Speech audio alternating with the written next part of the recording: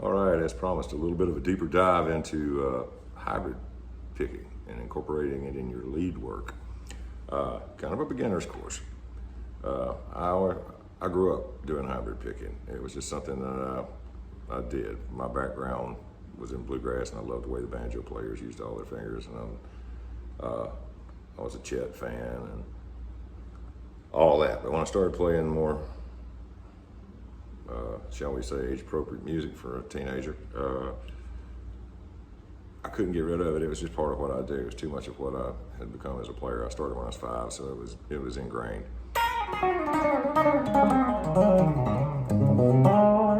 And I found I could get around quicker doing it that way than I could trying to pick every note. I was not one of those guys that was that way. And once I picked up an electric guitar, I was more legato influenced. I loved Holdsworth, I loved Eddie and those guys.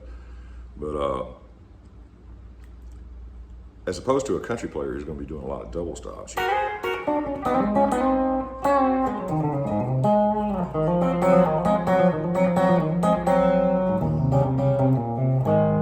All those kinds of things. This is more single note stuff. Using it as a tool of advantage. And I'll show you a couple of licks here that work that way. One is this little booger right here. I found that in a 4-note run, that 4th note using the finger really comes in handy instead of skipping a string. Really comes in handy there. So it's like,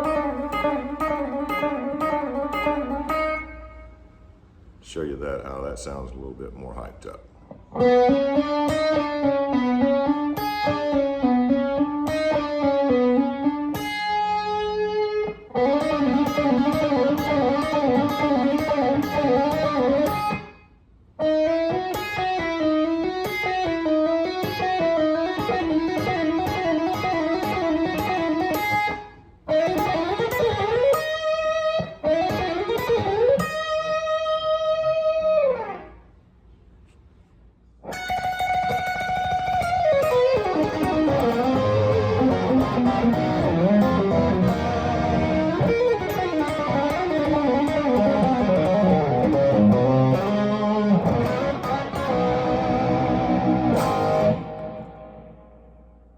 Well, it's not to say that double stops aren't going to work with a rock tone too. Country guys can't hog it, man. Sometimes that stuff works really great. You know, you get the...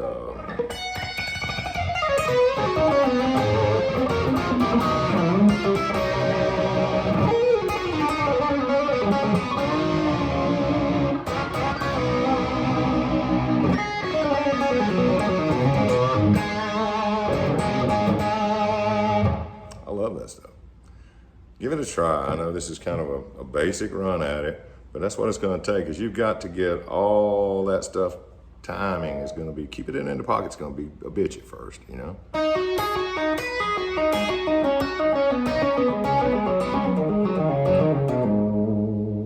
Work on something familiar, then stretch out and maybe try some of that stuff I showed you.